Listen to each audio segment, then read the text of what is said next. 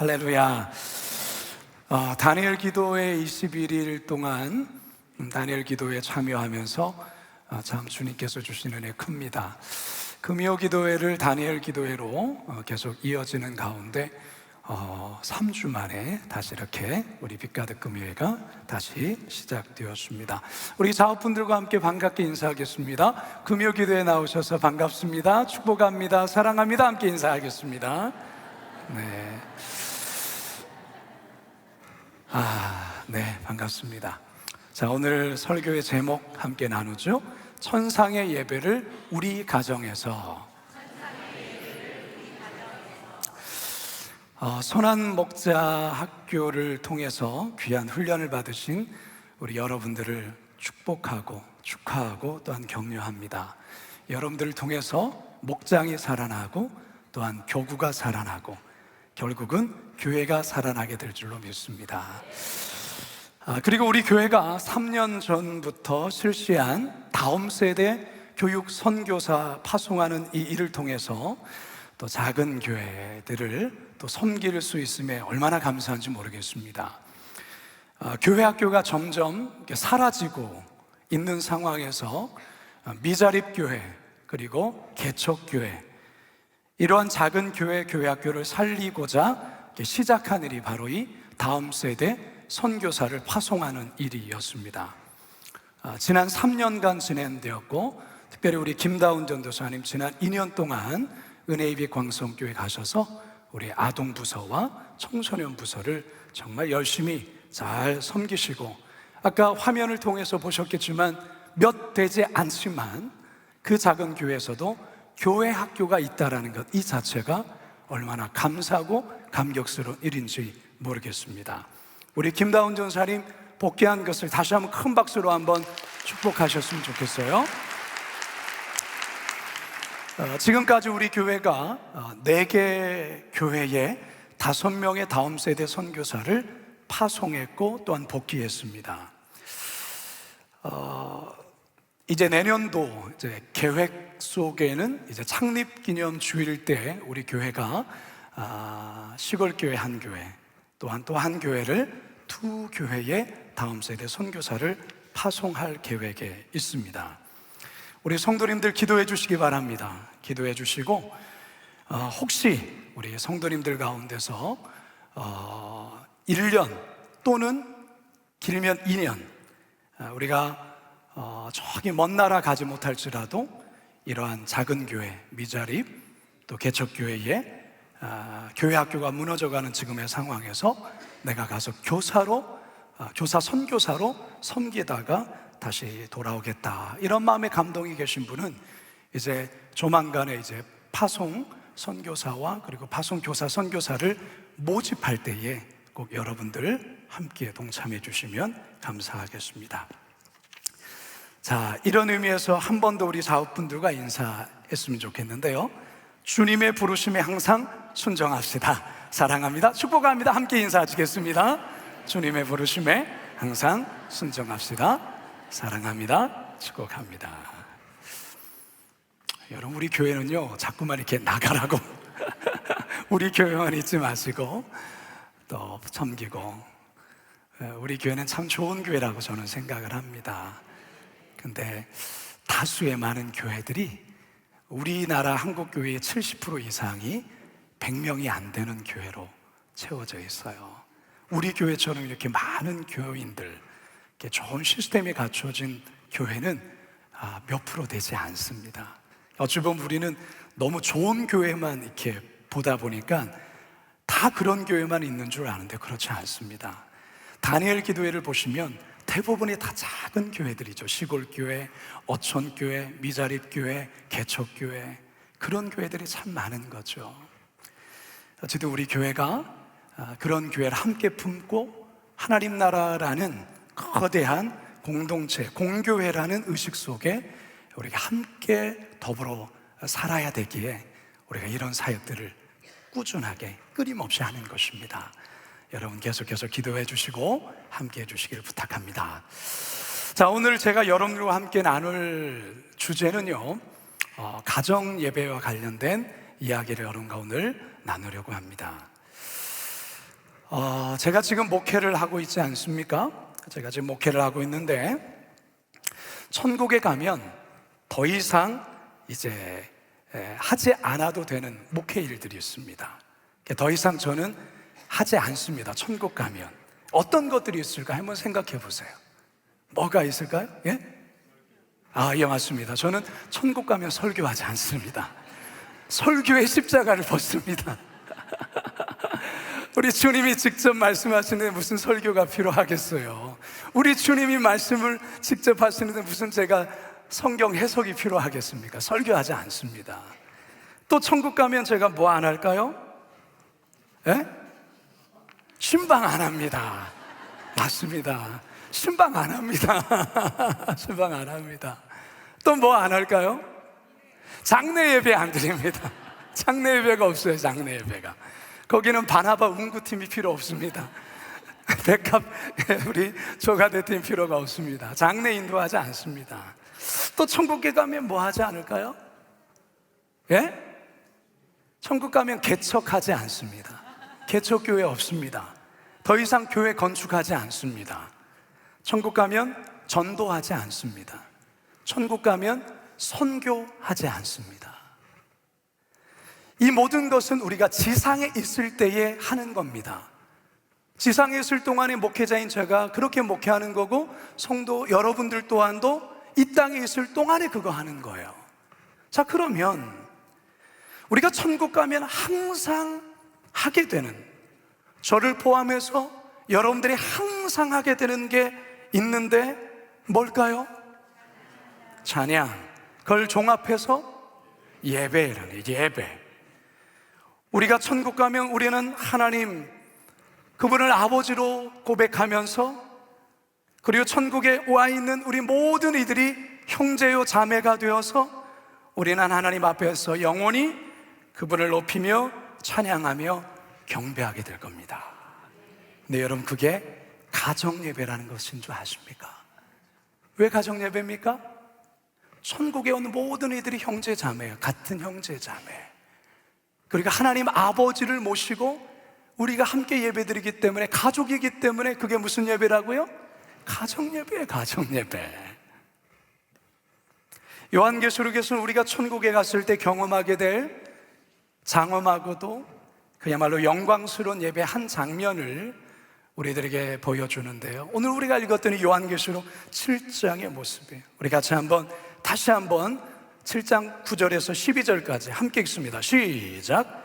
이후에 내가 보니 각 나라와 족속과 백성과 방언에서 아무도 능히 셀 수 없는 큰 무리가 나와 흰 옷을 입고 손에 종려가지를 들고 보좌 앞과 어린 양 앞에 서서 큰 소리로 외쳐 이르되 구원하심이 보좌에 앉으신 우리 하나님과 어린 양에게 있도다 하니, 모든 천사가 보좌와 장로들과 내 생물의 주위에 서 있다가 보좌 앞에 엎드려 얼굴을 대고 하나님께 경배하여 이르되 아멘.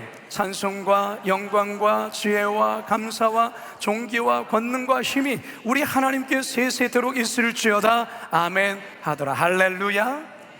수를 셀 수 없는 수많은 무리들이 보좌에 계신 하나님과 어린 양, 그리고 성령 하나님께 예배를 드리는 장면이에요. 장엄한 장면이죠.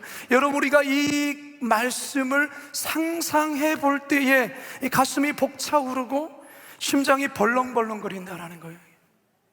얼마나 놀라운 일들이 우리 앞에 펼쳐질까. 여러분, 이 무리 가운데, 셀 수 없는 무리라는 이 표현 속에, 이 셀 수 없는 무리 가운데 저와 여러분들이 함께 있어야 될 줄로 믿습니다. 믿습니다. 가봤는데 없으면 큰일 납니다. 그 집사님 어디 계시지? 큰일 난 거예요. 거기 없으면 밑에 가 있으니까 큰일 나는 거예요. 여러분, 우리가 성경을 읽다 보면 성경 안에 예배에 대한 내용이 굉장히 많이 등장해요. 직접적인 예배에 대한 언급, 또 예배의 장면, 또 간접적인 예배와 관련된, 그래서 성경은 예배의 보고다라고 말할 수가 있어요. 예수님께서 직접적으로 이 예배에 관해서 언급한 내용이 요한복음 4장에 나와요. 사마리아 수가성 여인과의 대화 속에 예수님께서 예배에 대해서 직접적으로 언급을 하시죠. 자, 함께 읽어볼까요? 요한복음 4장 21절에서 24절 시작. 예수께서 이르시되 여자여 내 말을 믿으라. 이 산에서도 말고 예루살렘에서도 말고 너희가 아버지께 예배할 때가 이르리라. 너희는 알지 못하는 것을 예배하고 우리는 아는 것을 예배하노니 이는 구원이 유대인에게서 남이라. 아버지께 참되게 예배하는 자들은 영과 진리로 예배할 때가 오나니 곧 이때라. 아버지께서는 자기에게 이렇게 예배하는 자들을 찾으시느니라. 하나님은 영이시니 예배하는 자가 영과 진리로 예배할지니라. 예배를 예루살렘에서 드리느냐 그리심산에서 드리냐, 그게 중요한 게 아니라는 거죠. 어떻게 예배를 드리느냐가 중요한데, 어떻게? 그게 뭐죠? 영과 진리로 예배를 드려야 하고, 영과 진리로 예배하는 자를 누가 찾는다고요? 하나님이 찾는다. 이 찾는다라는 헬라어는 제테오라는 단어를 쓰고 있는데 샅샅이 뒤져서 찾는다 이 말이에요. 하나님께서는 어떤 자를 찾는다고요? 그분께 영과 진리로 예배하는 자를 눈을 크게 부릅뜨고 찾는다는 거예요. 오늘도 여러분이 예배 자리에 나오셨지만 여러분들이 예배 자리에 나왔다고 해서 다 예배하는 게 아니라는 걸 아셔야 돼요. 여러분 딴 생각, 오늘 드라마 그게 그 다음에 어떻게 됐더라 이렇게 생각하다 가면 그 예배하는 거 아니에요. 하나님은 신령과 진정으로 예배하는 자를 찾으셔요. 여러분, 우리가 하나님 나라 가면, 천국에 가면 정말 영원토록 하나님 말을 예배하게 될 것인데, 지상에 있는 동안에 우리는 그때를 예비해서 이 땅에서 영과 진리로 하나님이 기뻐하시는 예배를 드리기에 익숙해져야 된다는 겁니다. 할렐루야. 예배란 게 뭡니까? 예배. 우리가 너무 잘하는 예배. 장신대학교 전 예배학 교수이자 전 한일장신대 총장 역임하셨던 정장복 교수님께서 예배를 이렇게 정의를 하셨어요. 다 같이 한번 읽어봅니다. 시작. 예배란 하나님과 그 백성 사이에서 발생한 사건으로 그 백성이 하나님이 주신 창조의 은총과 예수 그리스도를 통해서 주신 구원의 은총을 깨닫고 감격하여 드리는 응답의 행위이다. 뭔 말인지 아시겠어요? 예배라는 것은 하나님과 그 백성 사이에 발생한 뭐다? 사건이다. 이게 중요한 거예요. 예배는 종교 의식이 아니에요. 기독교 예배는 하나의 의식이라는 게 아니죠. 의식적인 게 있죠. 그러나 의식이 예배 그게 아니라는 것이죠. 사건이네, 사건. 하나님과 그 백성 간에 발생한 사건. 그 백성이 하나님이 주신 창조의 은총과 예수 그리스도를 통해서 주신 구원의 은총을 깨닫고 감격하여, 이게 중요하죠. 감격하여 드리는 응답의 행위다라는 거예요. 자, 그렇다면 가정 예배란 뭐냐? 저는 이 정장복 교수님의 예배의 정의에 가정 예배를 이렇게 접목시켜 보면 저는 이렇게 정의를 해봐요. 하나님과 그 백성 사이에 발생하는 특별한 사건과 하나님의 놀라운 계시와 감격적인 우리의 응답이 우리의 가정에서 우리의 가족들에게 이루어지게 하는 것, 이게 뭐다? 가정예배다. 자, 다시 한번 말씀드릴게요. 잘 들어보세요. 하나님과 그 백성 사이에서 발생하는 특별한 사건과 하나님의 놀라운 계시와 감격적인 우리의 응답이 우리의 가정에서, 우리의 가족들에게서 이루어지게 하는 것, 이게 뭐라고요? 가정예배다, 그 말이에요. 자, 출애굽기 20장 24절의 말씀을 같이 한번 읽어볼게요. 시작. 내 번제와 화목제를 드리라. 내가 내 이름을 기념하게 하는 모든 곳에서 내게 임하여 복을 주리라. 자, 이 말씀이, 자, 지금 그 말씀 다시 한번 보여주세요. 자, 전 노란색 이 본문이 굉장히 중요한 본문이에요. 내가, 누구죠? 하나님이 말씀하는 거예요. 하나님이 내 이름을 기념하게 하는 어떤 곳? 모든 곳에서 내게 임하여 뭘 준다고요? 복을 준다. 이 말씀 굉장히 중요합니다. 가정 예배와 관련해서 이 말씀 굉장히 중요한 거예요. 하나님이 뭘 약속했냐면 내 이름을 기념하는 모든 것, 그것이 가정이면 그 가정에 내가 임하여 뭘 주리라? 복을 주리라. 우리의 가정에서 하나님을 기념하며 예배할 때 우리 하나님 임하셔서 뭘 주신다고요? 복을 주신다라는 거예요. 여러분, 복 받기 원하십니까? 아멘이시죠? 여러분의 가정에 복이 임하기를 원하세요? 여러분의 자녀가 잘 되기를 원하십니까? 여러분의 가족들이 인생의 위기를 잘 극복하기를 원하십니까? 그렇다면 가정 예배를 드리셔야 돼요. 이거 원하지 않으면 안 드려도 돼요. 그러나 이걸 원한다면 이런 가정 예배 드리셔야 돼요. 하나님 우리에게 약속하셨거든요. 내 이름을 기념하는 그 가정에 내가 임하여 복을 주겠다. 우리가 성경을 보면 많은 믿음의 인물들, 위대한 믿음의 영적 거장들의 가정 속에 예배가 있는 것을 우리는 성경을 볼 때마다 발견할 수가 있어요.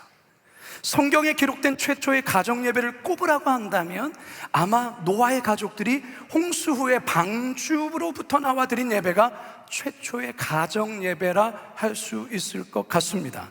창세기 8장 18절 20절 시작. 노아가 그 아들들과 그의 아내와 그 며느리들과 함께 나왔고 땅 위의 동물 곧 모든 짐승과 모든 기는 것과 모든 새도 그 종류대로 방주에서 나왔더라. 노아가 여호와께 제단을 쌓고 모든 정결한 짐승과 모든 정결한 새 중에서 제물을 취하여 번제로 제단에 드렸더니, 이때 살아남은 가족은 노아 가족밖에 없었어요. 가정 예배죠, 가정 예배. 아브라함을 믿음의 조상이라고 말합니다. 저는 아브라함을 가리켜서 가정 예배의 조상이라고 말할 정도로 그는 늘 가정 예배를 드렸던 사람이에요. 가정 예배를 통해서 그는 복을 누린 아주 대표적인 사람이 아브라함이에요. 창세기 12장 7절에서 8절을 함께 읽어봅니다. 시작. 여호와께서 아브라함에게 나타나 이르시되 내가 이 땅을 내 자손에게 주리라 하신지라. 자기에게 나타나신 여호와께 그가 그곳에서 제단을 쌓고 거기서 베델 동쪽 산으로 옮겨 장막을 치니 서쪽은 베델이요 동쪽은 아이라. 그가 그곳에서 여호와께 제단을 쌓고 여호와의 이름을 부르더니, 아브라함의 그 행동 속에 항상 짝으로 들어가 있는 게 뭐냐면 그가 제단을 쌓고 여호와의 이름을 부르더니라는 말씀이 창세기 12장과 13장에 굉장히 많이 등장해요. 창세기 13장 3절에서 4절에도 나오고요 18절에도 나와요. 아브라함은 새로운 어떤 곳을 갈 때마다 먼저 가족들이 먼저 모여서 하나님께 예배하는 삶을 항상 드렸다, 그 말인 거죠. 자, 이거를 누가 똑같이 재현하냐면 이삭이 똑같이 행동합니다. 창세기 20장 25절 시작. 이삭이 그곳에 제단을 쌓고 여호와의 이름을 부르며 거기 장막을 쳤더니 이삭의 종들이 거기서도 우물을 팠더라. 이삭이 그곳에서 뭘 쌓았고요? 제단을 쌓고 누구의 이름을 부르며? 여호와의 이름을 부르며 그의 아버지가 했던 그대로를 그의 아들 이삭이 그대로 하고 있다는 것이죠. 이삭의 아들이 누굽니까? 야곱과 에서가 있죠. 그러나 야곱의 삶에 그는 아버지 이삭처럼 그의 자녀들과 함께 베델에 올라가서 가정 예배를 드리는 장면이 창세기 35장 3절과 7절에 나와 있습니다. 시작. 우리가 일어나 베델로 올라가자. 내 환난 날에 내가 응답하시며 내가 가는 길에서 나와 함께 하신 하나님께 내가 거기서 제단을 쌓으려 하노라 하매 그가 거기서 제단을 쌓고 그곳을 엘베델이라 불렀으니 이는 그의 영의 낯을 피할 때에 하나님이 거기서 그에게 나타나셨음이더라. 자, 이처럼 여러분, 아브라함으로부터 시작된 가정 예배가 그의 아들인 이삭에게로 이어지고 또한 그의 손주인 야곱에게로 이어져 가고 있다는 것을 여러분은 보셔야 돼요. 여러분, 하나님은 아버지의 신앙이 그의 자녀 그리고 또 그 자녀들에게 계속해서 계승되어야 되고 이어져야 할 것을 대단히 강조하셔요. 여기에 부모의 역할이 굉장히 중요한데요, 신명기 6장 6절에서 8절 쉐마 여러분 아시죠? 시작. 오늘 내가 내게 명하는 이 말씀을 너는 마음에 새기고 내 자녀에게 부지런히 가르치며 집에 앉았을 때든지 길을 갈 때든지 누워있을 때든지 일어날 때든지 이 말씀을 강론할 것이며 너는 또 그것을 내 손목에 매어 기호를 삼으며 내 미간에 붙여 표로 삼고 또 내 집 문설주에 바깥문에 기록할지니라. 유대인들은 이 말씀을 생명처럼 지켜온 민족이에요. 유대인들이 2000년 동안 나라를 잃고 흩어져 살았음에도 불구하고 이 신앙을 잊지 않고 자녀들에게 또 그 자녀들에게 또 그 자녀들에게 가르치고 또한 그것을 또한 계속해서 교육했기 때문에 그 결과 2000년 만에 나라를 되찾는 역사의 전무후무한 그런 민족이 아닐까요? 유대인들은요, 히브리어로 샤밧이 뭡니까? 안식일을 말해요. 안식일, 이 샤밧, 이 안식일을 목숨처럼 지키며 사는데요, 그 안식일에 가정에서 드리는 예배를 대단히 소중히 지켰습니다. 저는요, 이걸 잘 몰랐다가 제가 가정 예배에 대한 자료를 조사하고 그러는 가운데 이 유대인들의 이 안식일에 드리는 가정에서 드리는 예배를 제가 알게 되면서 굉장히 깜짝 놀랐어요. 샤밧은 매주 금요일 일몰부터 토요일 일몰까지 이어지는 안식일인데요, 이 기간 동안 일체일을 멈추죠. 그리고 하나님께 온전히 헌신하는 시간을 하루 종일 가져요. 유대인들의 안식일 예배가 어떻게 진행되냐면 가정에서의 가정 예배예요. 가정의 어머니가 샤밧, 이 안식일이 시작되기 전에 먼저 집을 청소를 해요. 청소하고 음식을 준비합니다. 그리고 안식일을 이제 준비하는 거예요. 전통적으로 이스라엘 가정에서는 이 샤밧을 위해서 어떤 특별한 음식을 준비한다고 합니다. 이 음식을 이제 가족들과 함께 나누게 되는 거죠. 안식일의 시작을 알리기 위해 어머니가 촛불을 2개를 켜고 기도한다고 해요.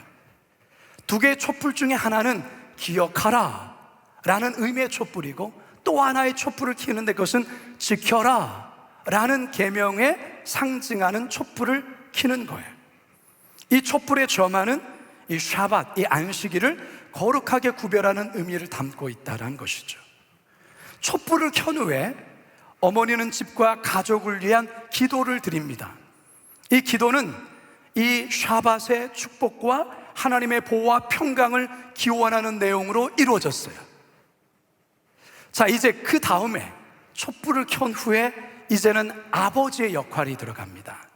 아버지가 키두시라 불리는 성별의 기도를 합니다. 이 기도는 포도주를 축복하는 것으로 시작하여서 안식일의 거룩함을 감사하는 내용을 포함하고 있어요. 이어서 할라라 불리우는 둥근 빵 2덩이를 준비하는데, 이는 하나님께서 광야에서 만나를 공급하신 것을 상징하면서 아버지가 이 빵을 축복하고 가족들에게 나눠준다라는 거죠. 마치 성찬식에서의 빵을 떼는 것 같은 그런 일을 아버지가 하는 거예요. 그리고 아버지는 자녀의 머리에 손을 얹고 자녀를 위해 축복 기도를 합니다.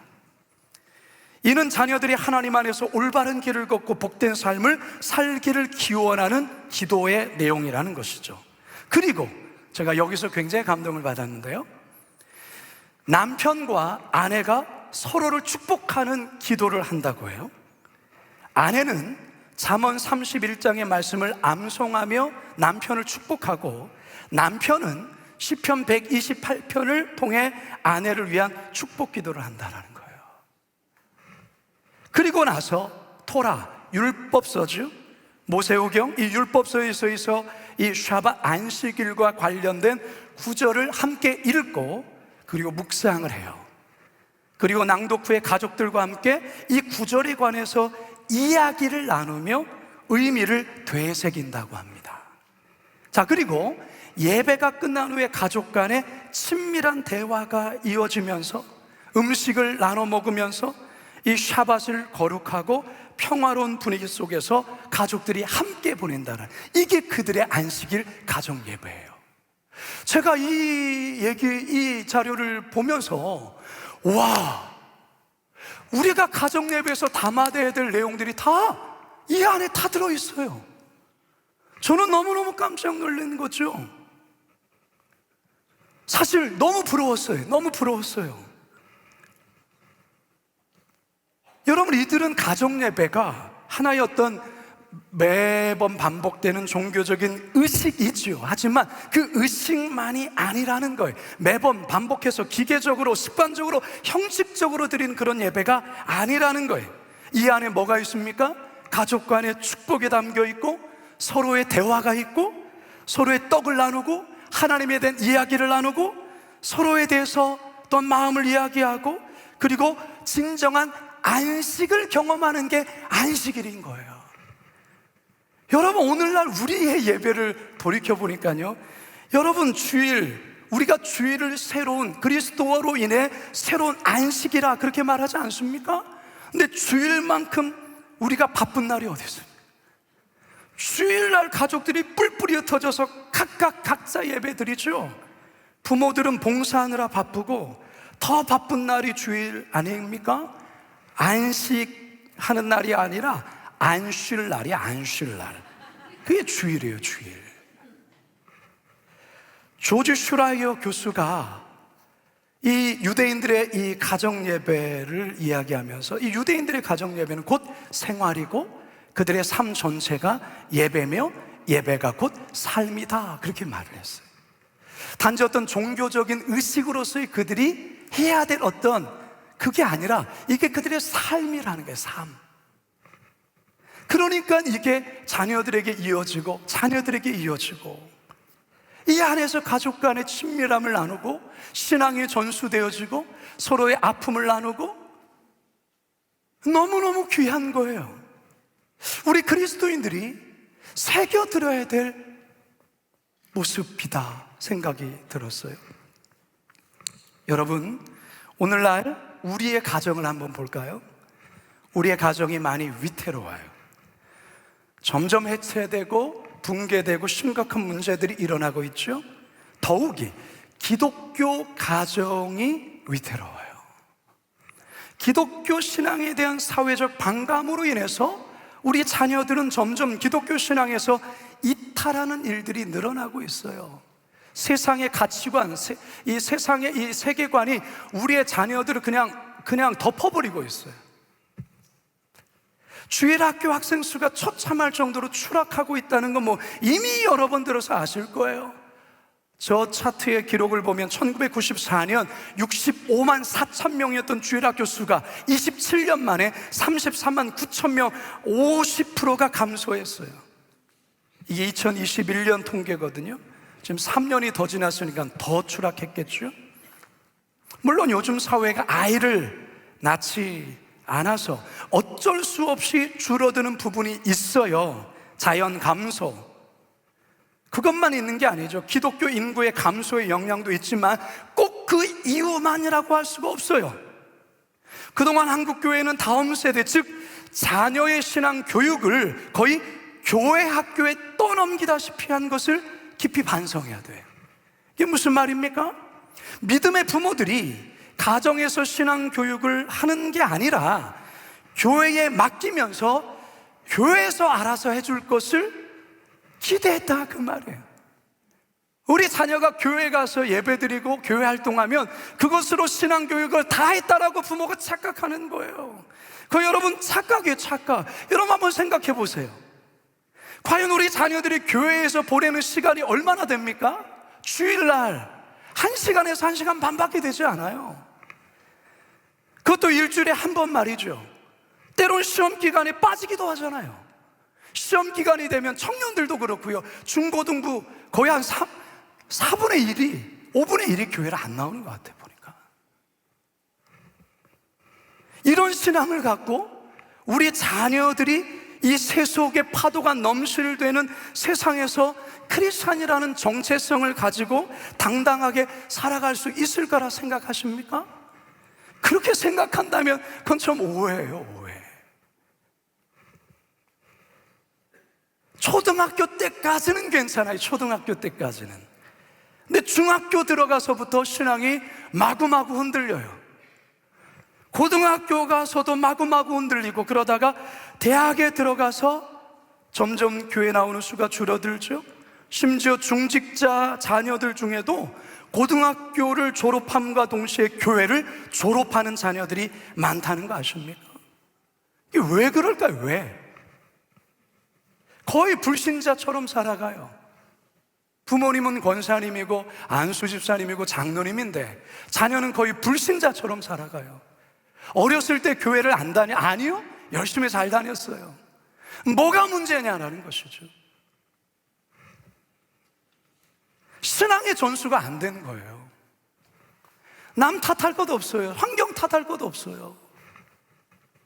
목회 데이터 연구소의 통계에 따르면 우리 자녀들이 언제 기독교 신앙을 버리는지 확인해 봤더니 대학생 때가 35%로 압도적이에요. 이게 대학 들어가면 교회를 떠나는 거예요. 대학 들어가면. 여러분 자녀가 초등학교 열심히 다닌다고 그 자녀가 대학교까지 그냥 자연스럽게 잘 될 거라고만 생각하면 큰 착각이에요. 그 다음에는 취업 후 교회를 떠난다는 거죠. 취업 후 24%. 그 다음에는 고등학교 때 21%. 더 걱정이 되는 것은 현재 교회에 나오면서도 앞으로 기독교 신앙은 유지하겠지만 교회는 안 나가겠어, 이렇게 답한 사람이 40%인 게 전체의 40%. 이게 얼마나 지금 심각한 줄 아십니까? 따라서 기독교 가정 안에서의 신앙 교육과 신앙 전수가 되지 않으면 교회에서 그걸 자동적으로 해줄 수가 없어요. 교회에서도 하겠지만 가정에서의 이것이 함께 연계가 되지 않는다면 우리 자녀들이 머리가 커지고 대학생이 되고 난다면 신앙을 떠나버린다니까요. 그게 이렇게 통계로 나와 있잖아요. 따라서 이걸 어떻게 우리가 헤쳐나가야 될 것인가? 저는 그것 중에 하나를 제가 잡은 게 뭐냐? 그게 가정예배예요, 여러분. 가정예배 정기적으로 드리는 분들만 손들어 보세요. 그게 일주일에 한 번이든 2주일에 한 번이든 우리 집은 가정예배를 드린다, 손들어 보세요. 자랑스럽게. 자, 안 드린다 한번 손들어 보세요. 예. 이거 안 드는 사람 뭐예요? 여러분, 오늘 제가 여러분들께 깊은 도전을 합니다. 물론 가정의 상황과 형태가 많이 다르죠. 출가해서 혼자인 경우도 있고 또 싱글인 경우도 있고 다양합니다. 근데 그 다양함 속에 나름의 가정예배에 다양한 형태가 존재합니다. 오늘 이 자리에 오신 여러분들은 오늘 하나님께 결단하고 가셔야 돼요. 가정예배를 회복하셔야 돼요. 애들이 다 커서 나갔다고요? 더욱더 하셔야 됩니다. 할 수 있는 방법을 제가 말씀드릴 거예요. 우리 교회는 가정예배 드리는 교회예요. 거룩한 빛 광성교회 성도라고 하면 가정예배 드리는 성도라는 등식이 성립되어야 되는 거예요. 제가 지금 5년 동안 하는 게 뭡니까? 원텐텐 가정예배 하잖아요. 그걸 왜 하는 줄 아십니까? 이것 때문에 그러는 거예요. 다음 세대의 신앙 교육을 교회에 떠맡기지 마세요. 교회가 다 해줄 거라고 착각하지 마세요.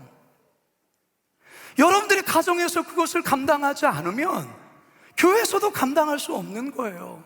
누구 탓을 하려고 하십니까? 목회 데이터 연구에 의하면 어릴 적에 가정에서 가정예배를 정기적으로 드린 성도와 그렇지 않은 성도들이 이번 코로나를 지나면서 그들의 신앙의 수준에 대해서 한번 데이터를 뽑았다고 하는 거죠.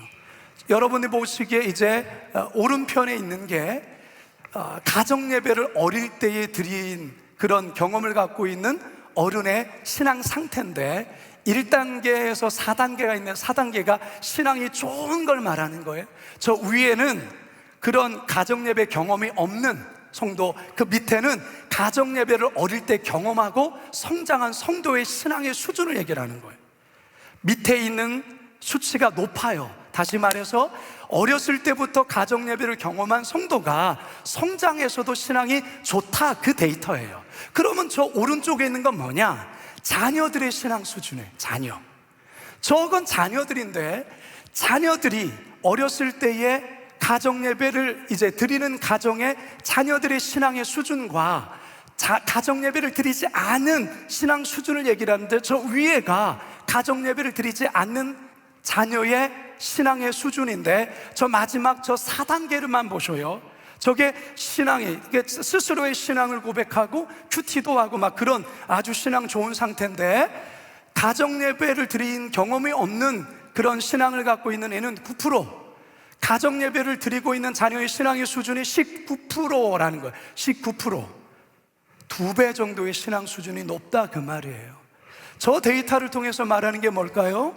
가정 예배를 통해서 부모의 신앙뿐만 아니라 자녀의 신앙까지도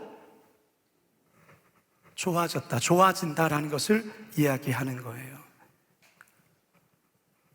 자, 이런 거 얘기 들으면 좀 신앙에 어떤 좀 열정이 있는 부모들은 오늘 목사님도 이렇게 강조하셨는데 내가 오늘 당장 가서 자고 있는 자녀들 깨워서 가정 예배를 오늘부터 드리라. 그렇게 하지 마세요.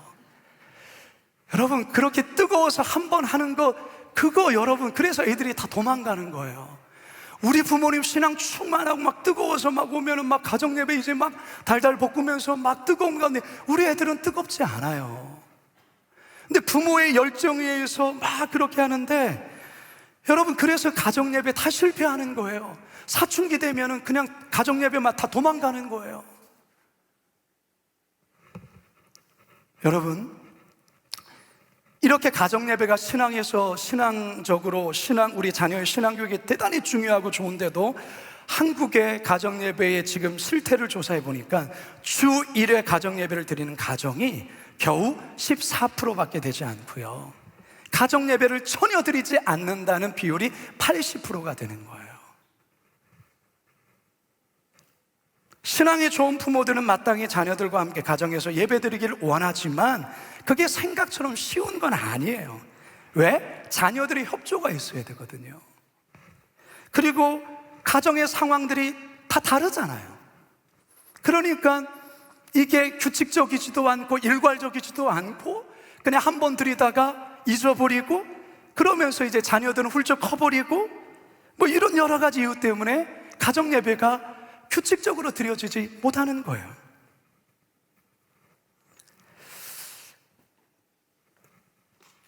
여러분, 그래서 제가 우리 교회에서 하는 게 뭡니까? 우리 교회가 하는 가정 예배 이름이 뭡니까?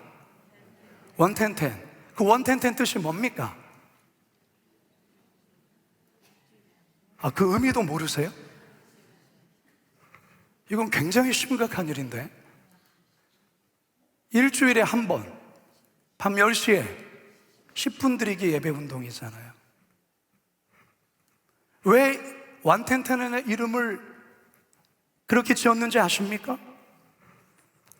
우리 부모님들 삘 받으면은 막 40분, 50분 막 예배해버리고 매일 하자고 막 하니까 애들이 막 겁나가지고 안 드리는 거예요. 가정에서 가정 예배 드리려면 여러분 일괄적이어야 돼요. 규칙적이어야 돼요. 우리 유대인들이 하는 그 샤밧 예배처럼 말이죠.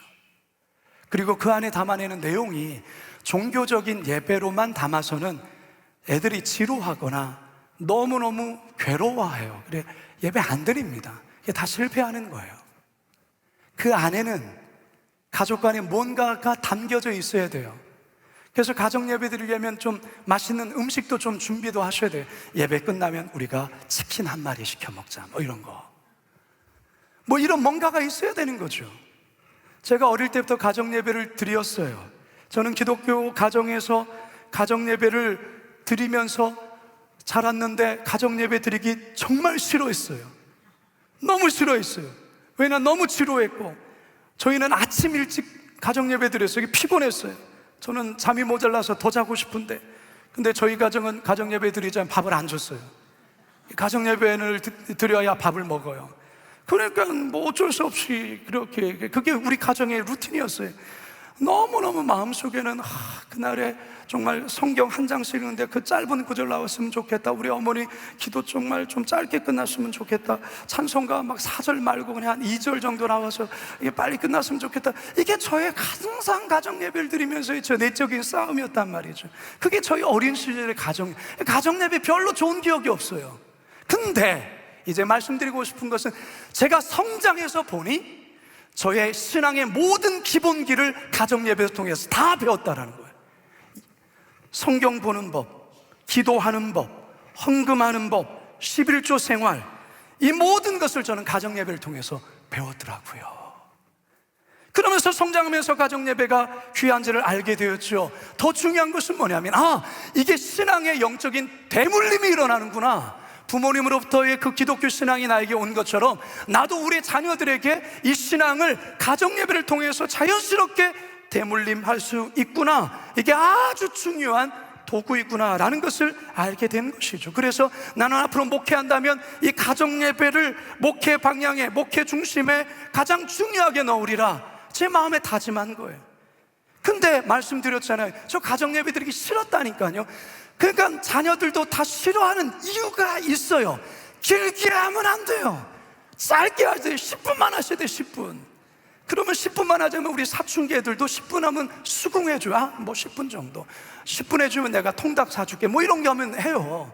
그리고 매일 하지 말고 일주일에 한 번, 그리고 바쁜 시간대 하지 말고 좀 같이 모일 수 있는 시간에, 전 주일 저녁 때가 제일 좋은 것 같아요. 그렇게 좀 가족들이 모여서 너무 바쁘게 살잖아요.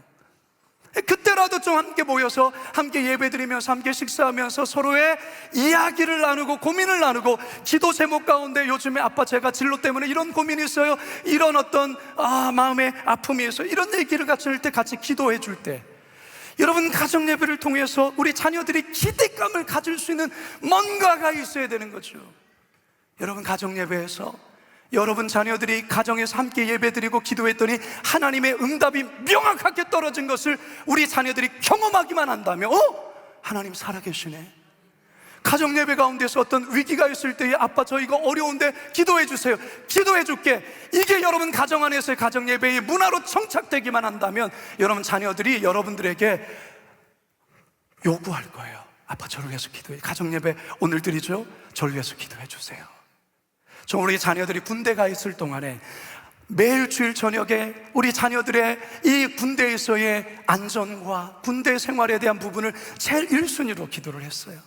네, 하나님께서 너무 신실하게 너무 정확하게 응답을 해 주셔서 우리 자녀들 다 은혜롭게 잘 전역했습니다. 저희 가정에는 저희 처갓집 부모님들이 교회를 안 다니셨기 때문에 어렸을 때 우리 자녀들이 항상 기도할 때 기도의 제목을 던져줬던 것은 할아버지 할머니 예수님 믿게 해야 된다, 우리 늘 기도하자. 그 기도를 하나님께서 응답해 주셨어요. 우리 아이들 그걸 봤어요. 애들아, 우리 할아버지 집 가면 제사 드리는데 제사가 아니라 하나님께 예배 드린 것으로 우리 바꾸도록 기도하자. 하나님 응답하셨어요. 그걸 우리 자녀들이 알아요. 그러니까 하나님의 살아계심을 인식하죠. 가정 예배를 통해서 함께 기도할 때에 하나님께서 우리의 기도를 들어주시고 응답하신다는 것을 우리 자녀들이 가정 예배를 통해서 경험하니까 그들이 부모님께 기도를 부탁하고 또 가정 예배에서 그런 기도의 제목을 함께 나누고 함께 기도하게 되는 겁니다. 사랑하는 여러분, 이제 저는 말씀을 시간이 많이 지났기 때문에 정리하려고 합니다. 여러분 가정 예배에는 유익이 있어요. 첫째, 자연스럽게 기독교 신앙을 우리 자녀들에게 계승할 수가 있습니다. 둘째, 친밀한 가족 관계를 형성할 수가 있습니다. 셋째, 우리 자녀들의 위기에 또 가정의 위기의 순간을 가정 예배를 통해서 함께 기도하면서 극복해 갈 수 있어요. 넷째, 예배를 생활화하는 데에 우리 자녀들이 크나큰 도움이 됩니다. 이게 바로 가정 예배를 통해서 누리게 되는 유익입니다. 여러분, 가정마다 상황이 다 다른 거 알고 있습니다. 이미 출가하고 서로 다르게 흩어져서 살기도 하고. 근데 요즘에 줌이라는 게 참 좋습니다. 어느 가정을 보니까 미국에 있는 자녀, 캐나다에 있는 가정, 어느 요일 어느 시간을 정해서 줌으로 함께 만나서 예배, 가정 예배를 드리더라고요. 이 원텐텐 예배를요. 제가 깜짝 놀랐어요. 요즘 그러한 기계의 발달을 100분 활용하는 거죠. 여러분, 혼자 예배 드리는 건 가정 예배 아닙니까? 그것도 가정 예배예요. 아직 남편이 교회를 잘 안 다니고 잘 협조하지 않는다고, 그럼 먼저 드리세요. 그러다 보면 언젠간 그 남편이 함께 예배 드리는 자리에 참여할 수 있어요. 사춘기 자녀가 예배하면 막 도망치고 그렇습니까? 먼저 같이 예배 드리시고, 그리고 아까 말씀드렸던 너무 길게 하지 않고, 특별히 여러분의 생일날 엄마 소원이 하나 있다, 오늘 생일인데 엄마랑 가정 예배 같이 드리자. 그때 그래도 아무리 말 안 듣는 자녀라도 엄마의 생일 때 다른 선물 말고 그거 선물 준다고, 그 선물 주라고 하면 말 안 듣겠습니까? 드렸더니만 정말 좋아요. 그러면 우리가 다음에도 한번 해볼까? 뭐 이렇게 한번 이렇게 할 수 있잖아요. 사랑하는 여러분, 오늘 저희가 가정 예배에 대해서 제가 왜 오늘 금요기도 시간에 여러분과 나누냐면, 이제 다니엘 기도회가 끝나서 이제 우리가 다시금 일상에 또 원래의 시간으로 우리가 이렇게 돌아왔습니다. 여러분, 가정에서의 예배가 회복되어야 합니다. 그래야 가정이 삽니다. 그리고 자녀들이 살아갑니다. 아까 말씀드렸습니다. 우리 교회는 원텐텐 가정 예배를 드리는 교회입니다. 거룩한 빛 광성교회는. 그래서 오늘 좀 찔림을 받으신 우리 성도님들이 있다면 오늘 결단하세요. 그래서 여러분 혼자라도 먼저 가정 예배를 정기적으로, 규칙적으로 드리세요. 그러면 여러분 자녀들이 다시금 모이게 되고 또 이렇게 같이 가정으로 함께 예배드린 그날이 분명히 오게 될 것입니다. 그동안 잊어버려서 안 드렸다고 한다면 다시 회복하시기 바랍니다. 할렐루야. 그래서 하나님께서 약속하신 그 놀라운 복 여러분 누릴 수 있기를, 그래서 신앙이 여러분 자녀 손손으로 이어질 수 있는 복된 가정 되시길 주님의 이름으로 축원합니다. 축원합니다. 축원합니다.